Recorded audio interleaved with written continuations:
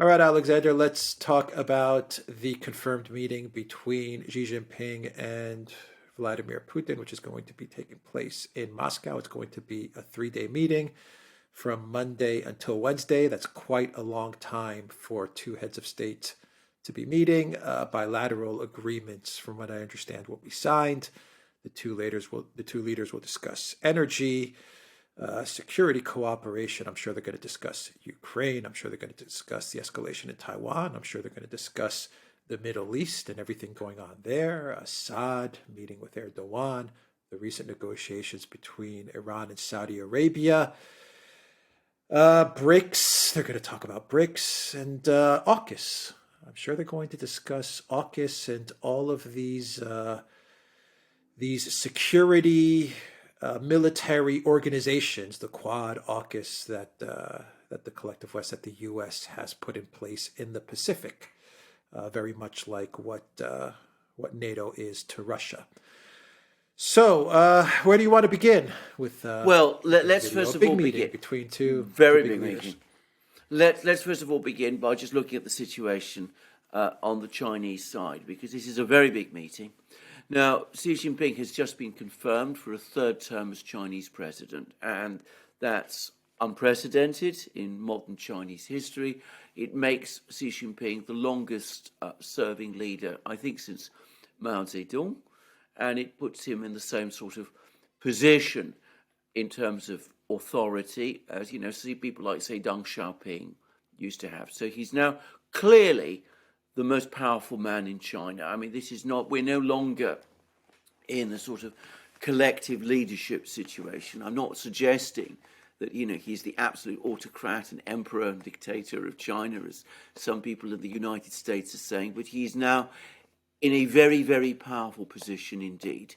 He's also, just before he leaves for Moscow, carried out a very, very interesting and important reorganization of the central institutions of the Chinese government and of the Chinese Communist Party. Now, I haven't got every detail of this. I've only got, so far, a superficial view.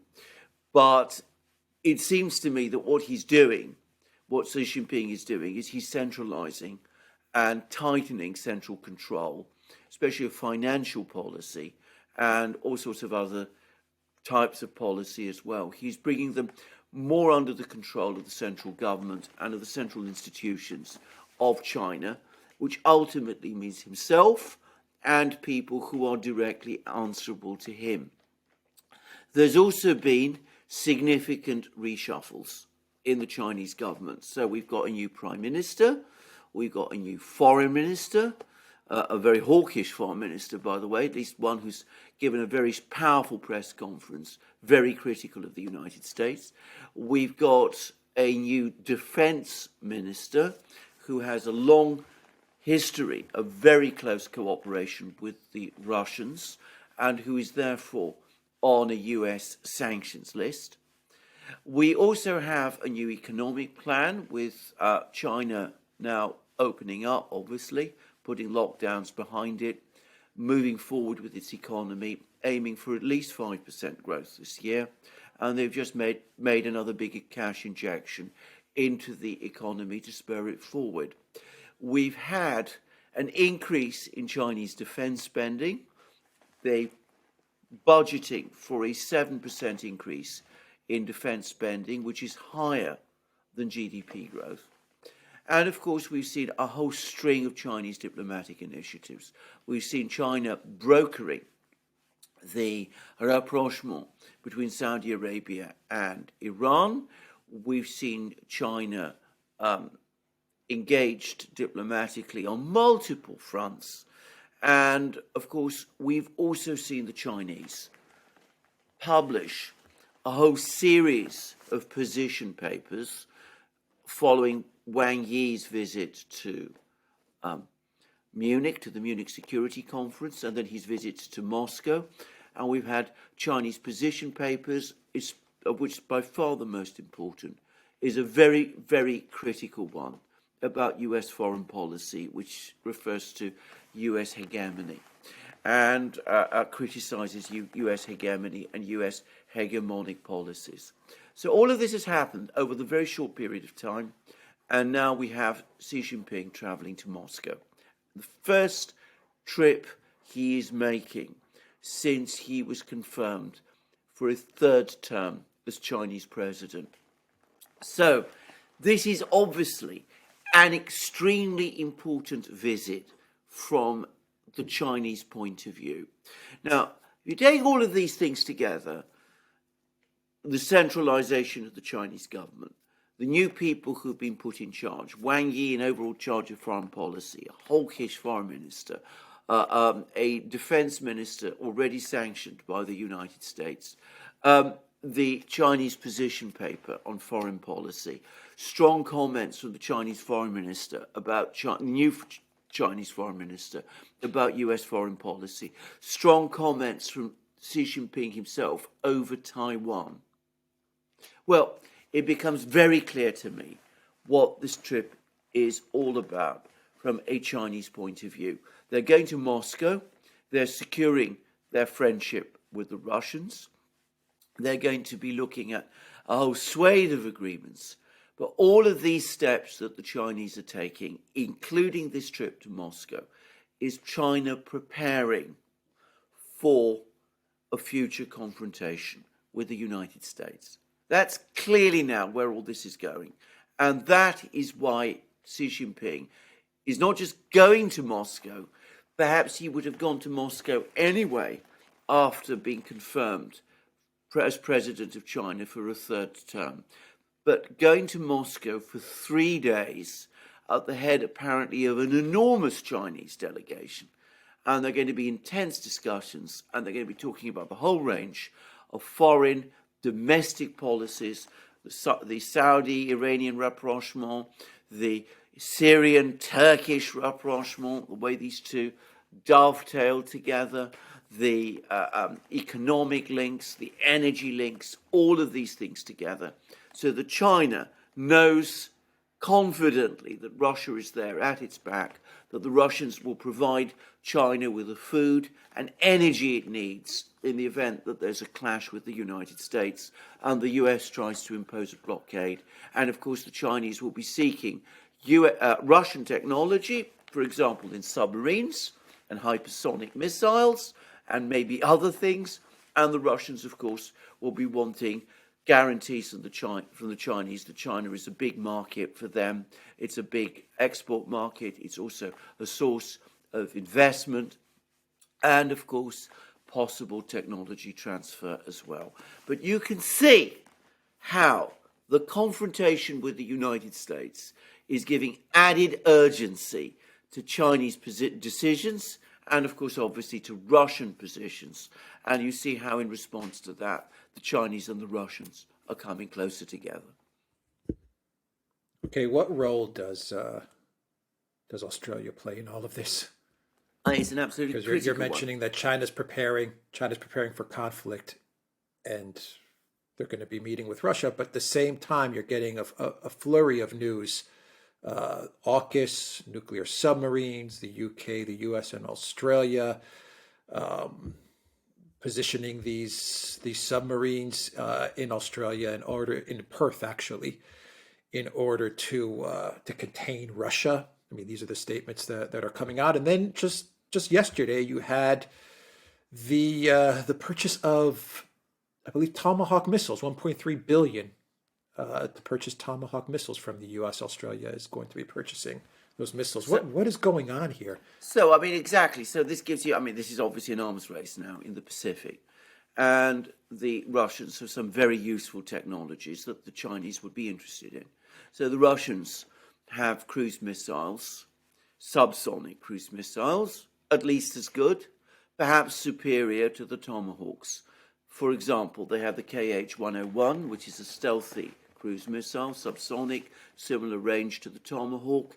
It's been actively and effectively used in the Ukraine war.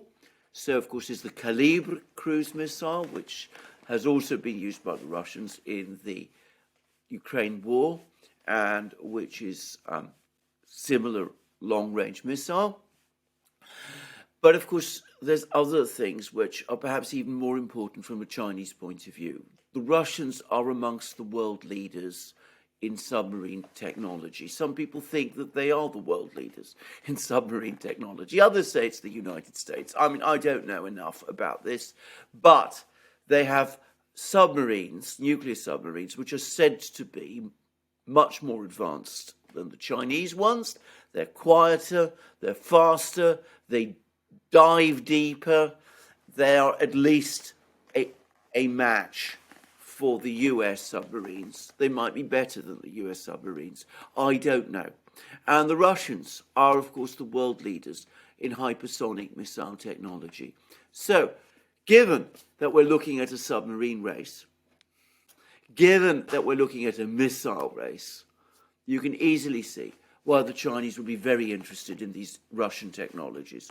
And of course, they'll come to Russia and they'll ask, I mean, I'm sure this is going to happen. It's not going to be announced, but I'm sure this is going to happen. They'll be asking the Russians for advice and help on developing these technologies. We'll see submarines rolling off the Chinese shipyards. The Chinese are far ahead of the Russians in surface warships, apparently, but they're behind the Russians, far behind the Russians in submarines, and we'll be seeing that the Chinese are going to supplement their submarine, their fleet with submarines that use Russian technologies and which are equipped with missiles, hypersonic missiles, also equipped, developed probably with Russian technologies. And of course, they got a far bigger industrial capacity than either the United States or Australia. And of course, Australia isn't even in the game. And what we're looking at is a naval arms race, which the Chinese are going to win. Yeah, the word is from the Kremlin that Putin and Xi are going to sign a declaration on entering, and I quote, a new era of relations between Russia and China. I wonder if I'm sure we're going to hear from the collective West all about this meeting between Xi and Putin and how this is going to be the meeting where Xi and China is going to provide lethal weapons to Ukraine. I wonder if that's just the BS excuse that they're using so that they can sanction China and continue to escalate in the Pacific. Yeah, so they're using the excuse of weapons to Ukraine so that they can contain China in the Pacific. Yeah. I think that's exactly what they're going to do. I think that's partly what this is all about, which, of course, from a Chinese point of view, incentivizes them to provide those weapons. Why wouldn't they? If they're going to be sanctioned anyway for supplying weapons, why not do it? Because if you're going to be accused of doing something that you're not doing, you're going to be sanctioned, then you might as well do it. Because what's going to happen after all? Just that you're going to be sanctioned. Now, I'm not saying, I don't know that the Chinese are going to Moscow with a plan to supply Russia with weapons. I don't know that the Russians are asking the Chinese for any weapons. I haven't seen any evidence of this at all. But it's possible. We'll see. But, if it is what this is all about, if this is what's going to happen, it's certainly not going to be announced by Putin and Xi publicly. There will be some kind of an agreement, some kind of announcement of a new partnership. I don't think this will be an open declaration of an alliance, but all the indications are that in practical terms, that's probably essentially what we've reached. Yeah. And the countries in the Pacific that are going to be used to contain China, we're looking at Australia, Japan, Philippines. What is that right? Or yeah. Except, of course, I gather that in the Philippines, many people have doubts about this, and of course, there's Japan as well. Now, Japan probably is committed to this enterprise because of its own historic concerns about China. But of course, if Japan is built up, then South Korea might not be so happy. Other countries in the Pacific, Malaysia, Indonesia, they're probably nowhere near as keen about getting drawn into this. And the Chinese have great influence in these countries, and of course Vietnam too. And the Chinese got great influence in these countries. They've been there. This is their region. They've been there for thousands of years, and they've also got the enormous confidence that behind them they have a far bigger industrial capacity than the United States. China's big weakness in this confrontation has always been that it relies heavily on external sources for key raw materials and food, oil, gas, food. And the Russians can provide these, and they're able to do so bypassing those routes which the US could notionally blockade. So from a Chinese point of view, you can see why Russia is as important as it is. It doesn't just help China in terms of technology. It isn't just important for China in that the friendship with Russia helps to extend Chinese reach throughout Eurasia. It also helps China because it provides the Chinese with all these resources that China simply can't do without. And the Russians can do it, and they know that very well, obviously, and that's the basis of the relationship between the two. Yeah. All right. It sounds to me that it sounds like what you're saying is that the main axis that's going to be formed to take on China in the Pacific, to contain China in this escalation, is going to be the U.S., the U.K., and Australia. Yep. And China is going to be working with Russia to counter this containment. Where this escalation goes, we have to see. But exactly, but just add up those three countries: the U.S., Britain, and Australia. Britain is far away. Australia? I mean, what does it add to U.S. power overall? I mean, it's a small. It's 25 million people. I mean, and they're going to be taking on this location. Eurasian. Well, location, exactly. Location, agreed. Yeah, location. Yeah. So, you militarize it and you get the location. Yeah. Exactly. Which is, from what I understand, what they were looking to get from the Philippines. Yes. That's what they were looking to get from the Philippines as well. But yes. I mean, the Philippines could flip, it seems to me, at any time. Australia, of course, it's an English-speaking, European descent country. It's a natural ally of the US. So perhaps it's understandable that they've gone the way they have.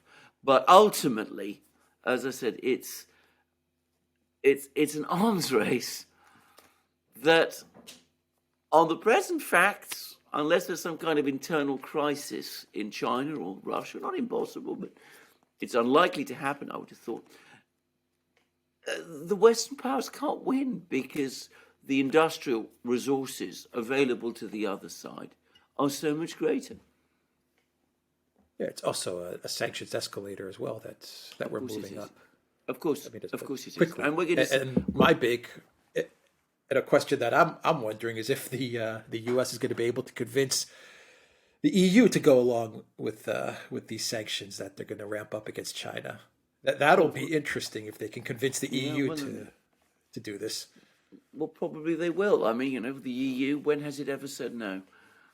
Everything that this administration has asked for is got. We'll see.